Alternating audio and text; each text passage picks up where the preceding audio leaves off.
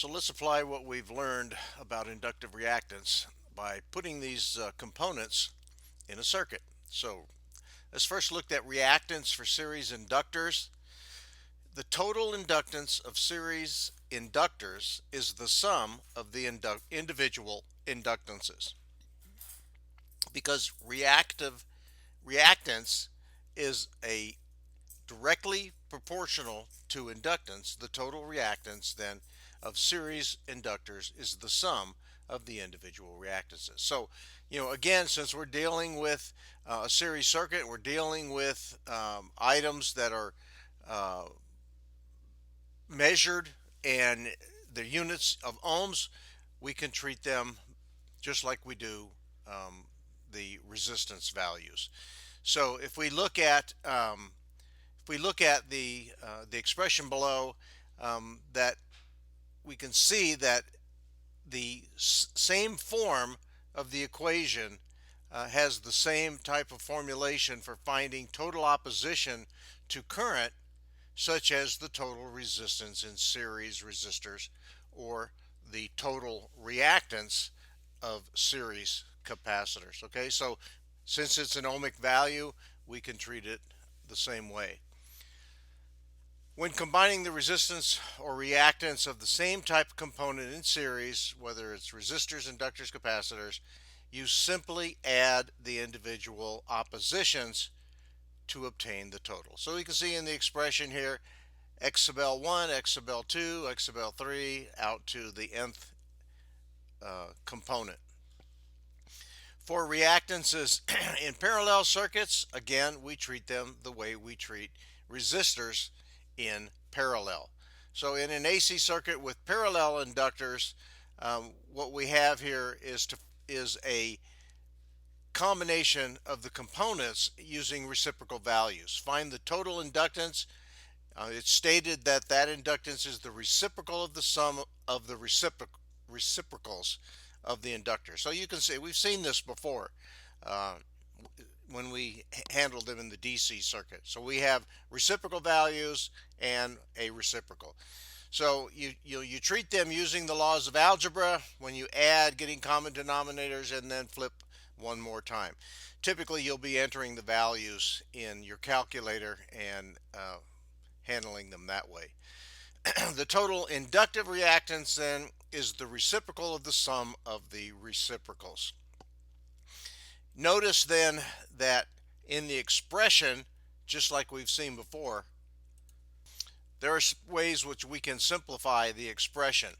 It has the same form as the formulas for finding the total resistance of parallel resistors or the total reactance of parallel capacitors.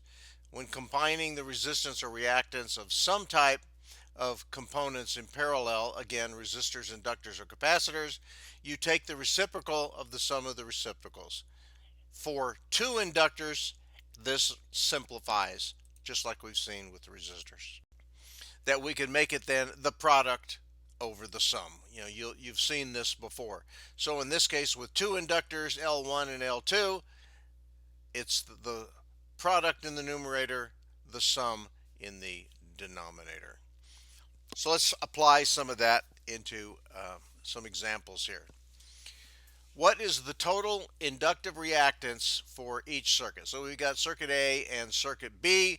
One of them is a series circuit, the other is a parallel circuit.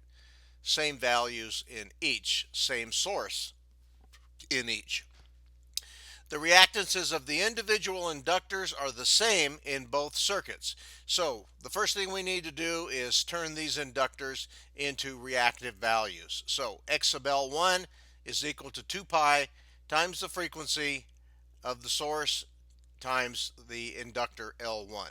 So 2 pi, 200 k hertz, 2.7 millihenries. Again, remember, K is 10 to the third, milli is 10 to the minus third, so those two values in essence cancel out because you'll subtract the threes out, and we end up with 3.39 kilo ohms because we do have a value here of, let's see, we've got 200. Okay, so that's going to bump it up. X sub L2, same thing, 200 hertz, 2 pi, 4.7 millihenries. We end up with 5.91 k ohms. So in the case of the series inductors, the total reactance in it is the sum of L1 and L2, or X sub L1 and X sub L2. So 3.39 K, 5.91 K gives us 9.3 K ohms. In the case of the simple two inductor parallel circuit, we can use the product over the sum relationship. So we've calculated for X sub L1 and X sub L2, so we just put them in the relationship. The product of 3.39 K and 5.91 K ohms, the sum of 3.9 and 5.91 K ohms. So when we sum, invert, put them into the numerator, take the product, we get 2.15 K ohms.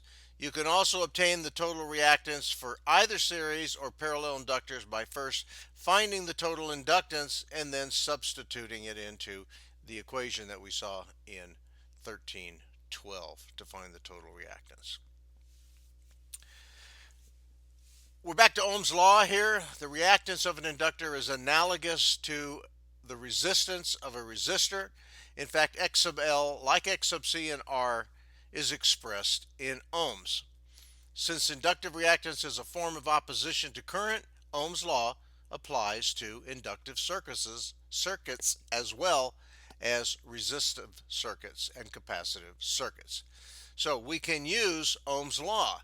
In this case, the total current is equal to the source divided by X sub L in this case. When applying Ohm's law in an AC circuit, then you must express the current and the voltage the same way. So let's look at this example. They want us to determine the RMS current in this circuit, where we have a voltage of 5 volts RMS, a frequency of 5 kHz, and an inductor of 100 millihenries. So the first thing they want us to do is convert the 10 kHz frequency to 10 times 10 to the third hertz, and the 100 millihenry inductor to 100 times 10 to the minus third. Again, these will allow us to cancel out the 3's in the expression. Then calculate X sub L using the 2 pi FL relationship. So in this case, we get 2 pi times the frequency times the inductor, or 6,283 ohms. Applying that simply into Ohm's law, then 5 volts RMS, X sub L in the denominator, where the frequency of the device of the source was already conditioned into the reactance expression, we get 796 microamps of current. So we simply used an Ohm's law relationship to